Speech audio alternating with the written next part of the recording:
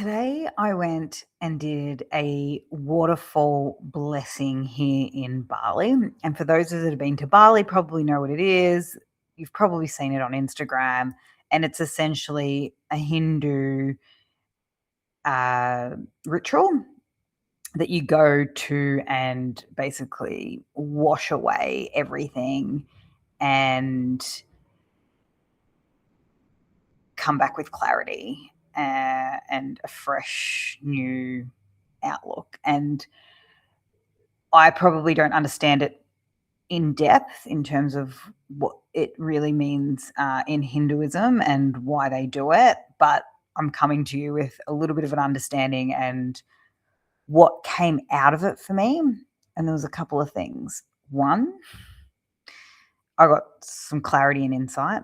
Two, a really crazy thing happened to me after doing the ceremony. So strap in. This is actually, I've been to Bali many times. I think maybe 5 times I've been to Bali. And I've never done the waterfall ceremony, which is crazy that I've never done that. I've seen it always on Instagram and I know people that have done it and all that kind of stuff. But for some reason, I've never had the opportunity to go and do it. And I'm so glad that I finally did it. I was in Melbourne recently and caught up with a friend, and he always comes to Bali. And he said, you have to do it with my friend Maid. And I was like, okay, so he's made all these Maid.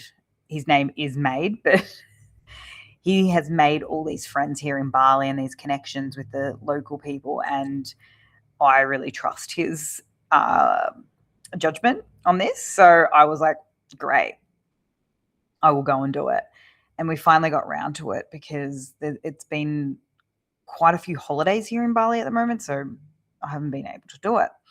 Anyway, I drove up on my Grab motorbike and met the man at a specific waterfall.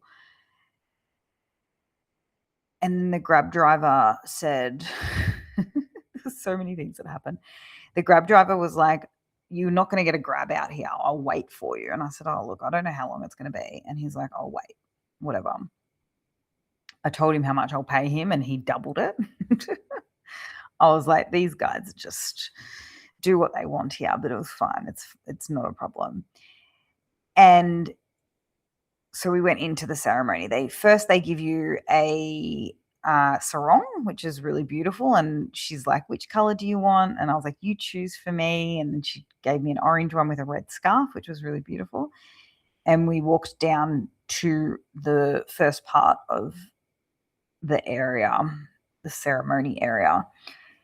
And Maid was so informative. Like, he was telling me everything. He was telling me about all the gods. He was telling me about why they do all of this. He was telling me the area and how everything began and why they believe in what they believe and how the Balinese Hinduism is very different to a regular Hinduism. And they've kind of made it their own. And when they started it and why and all this kind of stuff. So I believe they brought it over from Java and brought their own aspect into it. He said it's much more open, which I feel that, like, it's more open where anyone can kind of like join in, and it's kind of like they want to share it with everybody.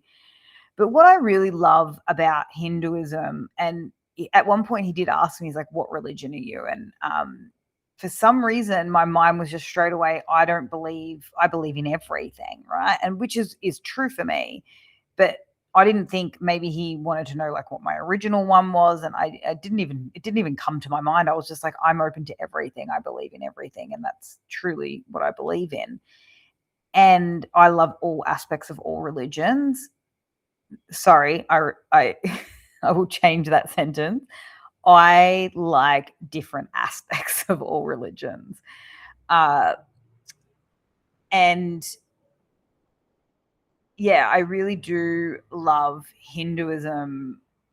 You know, they really believe in karma. And that's not why I love it. It's that they do good because they want the planet to be good. They want Earth. They want our time on Earth to be balanced. And I'm a Libra. I love balance, and that is why I love this so much. This religion, I think this is why I love Bali so much. And I can feel the energy of what they're trying to do. And I remember at one point we were talking about the balance, and there's some things that they say and do that I don't completely believe in, but I accept all. Like when they're very open, like there's some religions that are not open, and the Balinese Hinduism is so open, and they're willing to like listen to your side of it as well, and like maneuver in a way. And I, when he's talking about we cannot see happiness without sadness, and good without evil, and all that kind of stuff, like it's hard to grasp those kinds of things, especially good and evil, but I totally understand where they're coming from.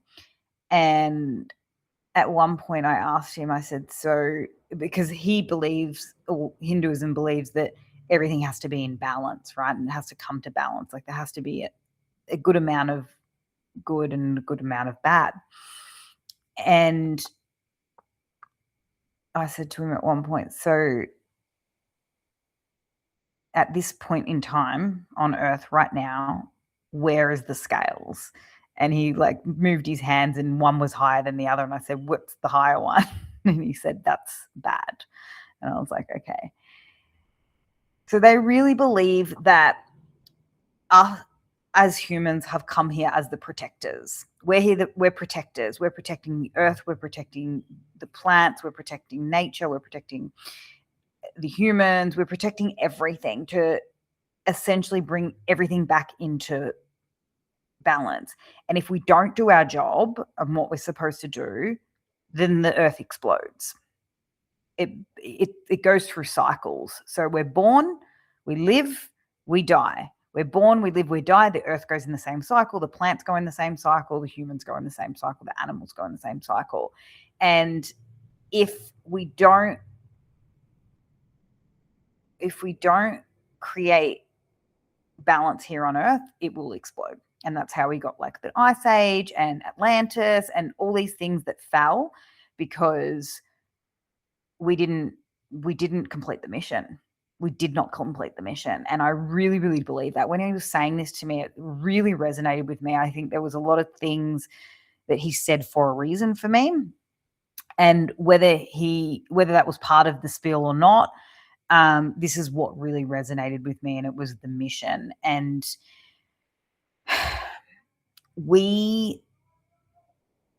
some of us do really believe that we came here for a mission, and then there's some sort of mission that we have, and we have to uphold here. And I believe that for myself. I don't have a lot of friends that believe that for themselves, but I also, on the contrast, have many people that don't believe that. Like they have no idea. They're just living their life, and that is part of the balance. Like literally, that is part of the balance. Like I wholeheartedly believe that, and I wholeheartedly accept that. But this was a conversation that reminded me of the mission, right? And whether you want to be on a mission or not, whether you believe you're on a mission or not, whether you believe in missions or not, whatever, believe whatever you want. For me, my belief system is I have a mission, and my mission is to protect and uplift and awaken. And that's what I believe, because if I am doing my job, then that is going to start to create more balance on the planet. And this is exactly what he said when he asked me what I do for a living. And essentially, I explained what I did, but then I said, I help people move through whatever's stopping them from doing what they came here to do, essentially. And he's like, that's amazing. Like, that's exactly what we need. That's how we bring the balance. And I said, great. I'm on my mission. And how I do that looks differently all the time, but that's essentially the core of what I do. And all I want for people is to remind them of their power, of their gifts, of their sovereignty, of just who they came here to be and who they are, and remind them that they can keep going without fear. And I think the fear, we talked a lot about things like that, like fear and mindset. Like the mind is what stops us. Like this is absolutely clear to me.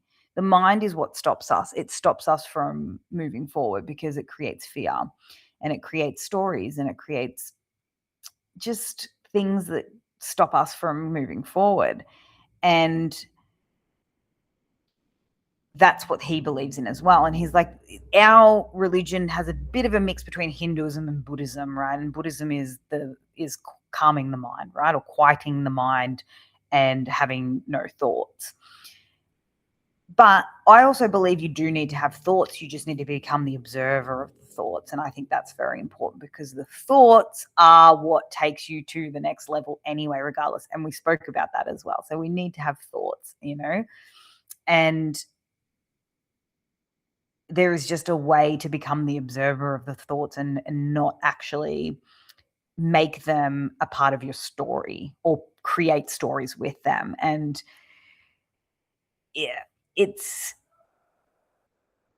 once we can all do that, and I'm not saying everybody, this is just like to who's listening. Once we can all do that, we can definitely move it forward. And I believe in our planet. I believe in our collective. I believe that we are doing much more good in our communities than we are doing bad. Or at least our intention is that. And I think that's very important too. And I think that we can really complete this mission and keep going so that we have, heaven on earth, as I believe, for the next generation. Or if we reincarnate, the planet's still here. Otherwise, it's just going to implode, and we're obviously probably going to go somewhere else, which is fine also. I really do apologize about the motorbikes that sound like they're inside my house, but this is Bali, and I don't know why it sounds like the motorbikes are in my house. So yeah, it was very interesting. So back to the mission. This is what they believe. They believe their mission is to protect, right? And the way that they do that is by giving blessings to the gods every day. They're doing good so that they know that they will get good karma back. And the good karma is, coming back if they reincarnate, which they believe they do, that will come with good karma. And we talked about like money and greed and things like that as well, in terms of, and like even fame and fortune, is that it all comes with a price. It comes with a price with a certain karma. And whether you believe this or not, your prerogative. I don't even know if I believe it yet, but it does make sense. Like it does come with a certain level of karma. Whether you believe that's good or bad, that is up to you and your perspective and your lens. So it has been very interesting and very eye-opening. And it came back to, at the end, I was like, I cannot forget my mission. I have to remind other people of their mission, and that's what we came here to do. And everything else is a distraction. If that's what you feel wholeheartedly, and I do, then continue forth. And I just needed that little reminder today of the mission, and the thoughts and the fears and the beliefs that come my way sometimes, especially in this chaotic Mercury retrograde. Just keep going. Just keep going. And he also reminded me a little bit about the happiness, because the last few days I've been so happy and like dancing around. I haven't stopped dancing to like Neo and that vibe, just dancing every single night. One night I was up till 2 a.m. dancing. I couldn't stop. I can't stop shaking my hips. I'm really releasing some somatic I'm really releasing somatically through the hips right now, and it's very interesting. But I've been so happy, and nothing, even like there's shit things happening in the background, and they haven't been able to bring me down. And all my mind was like, when there's this much happiness, there has to be some sort of sadness. And I think that was a good reminder. Like it needed to be balanced. And not that I'm waiting around for the sadness, but I know when it comes, I've just got to embrace it. And that's what he said as well. So that's the reminder. It's the mission. That is the reminder. That's what I came here to say. And if you're listening to this and you believe you have a mission as well, I want to remind you that just keep going. Just remember the mission, write it down. Now that I know mine, like in a sentence, which I hadn't processed fully until he asked me today, like I hadn't processed it fully as a sentence, and it's really good to have it as a sentence. Just make that your North Star and just keep going. Make it your North Star. I really recommend that. So that was what came out of it. Essentially, like just to wrap up what the process is, you go in, you pray to like one of the temples, and then you go down to another one and you pray there again. And we're putting flowers in our hair, and we're giving the offerings, and it's a really beautiful process. There's lots of incense, which I love incense. And then you go down to another section, and that's when you put the sarong on properly, and you go into the water, and you basically blast the shit out of everything that's within you. So you're going under the waterfall. This is clean water, by the way. Under the waterfall, you're praying under there. You're asking permission if you can do it, and then it's blasting away everything. And you do that twice, 3 times. And there's like little moments where you have to wipe your mouth. Like they have all these little rituals, which is so nice. I love rituals. And then you go back out and you pray again one last time while you're saturated, but you feel so calm, and there's no thoughts in your mind that whatever, you don't even realize you're a drenched rat right now. And you're just like kneeling towards another god. And he was telling me about this female, the wife of the main god. And they have these statues where she's happy and she's angry. And he's like, that's the balance. Like these are the 2 statues. And it's just so interesting. Like it's such a beautiful concept. And, I don't want to go too deep into it because I don't want to butcher it, and it's not my expertise, but look into it if it's of interest to you. And then we left, and I went with the Grab driver on the back of the scooter, and